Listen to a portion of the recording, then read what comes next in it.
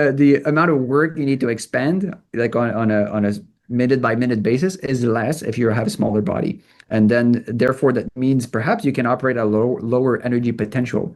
And then it's easier to kind of stay at low energy Mhm, resistance and mhm, living longer. mhm. And we see this, I think, in people with mitochondrial disease, or at least a manifestation of this.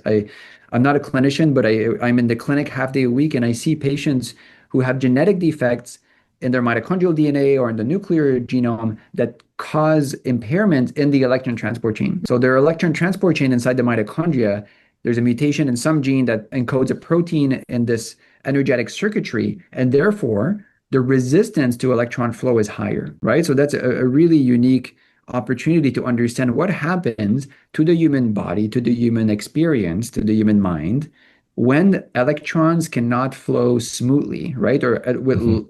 ideal, low energy resistance, optimized energy resistance in the mitochondria. Mhm. And the majority of these patients have small bodies.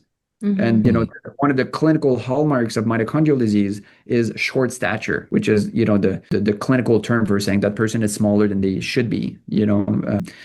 And perhaps my hypothesis is if energy resistance is too high in the body as you're developing, right? Imagine you're born and then Mhm. you're like developing child, you're like 3, 4, 5, 6, and then you're growing, and then the organism we think has evolved not to sense flux of energy, right? Not to sense work like energy potential, but to monitor energy resistance.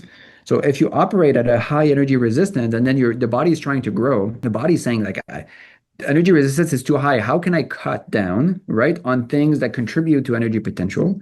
And one solution is to grow a smaller body, and then Mhm. Or to scale back. Like I think the series and parallel circuitry, having these resistors along that area is pretty like visually appealing because if the body can control how much mitochondria that mm, they can make, and so that's one way of optimizing your resistance. If there are essentially transformers of that energy, then you have a way of modulating resistance by controlling the number of mitochondria that you make. by making more mitochondria, for example. Yeah. Yeah, and that's what you see also in mitochondrial disease, right? They build a smaller infrastructure, which might decrease energy potential. They also move less. They hate physical activity and they feel terrible if they go upstairs. Many people do, but it's really severe in those people. And they make more mitochondria. And the energy resistance principle says when you make more mitochondria, you're effectively increasing flux, the Right, denominator right.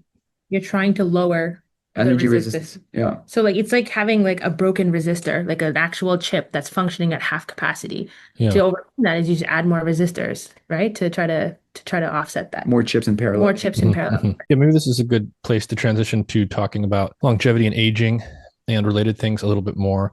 There's many ways we could take this. So when we think about something like energy expenditure, and we can define what that is for people, when we think about something like how much heat our bodies are producing, just me compared to you, or even me compared to me, if I start behaving a different way.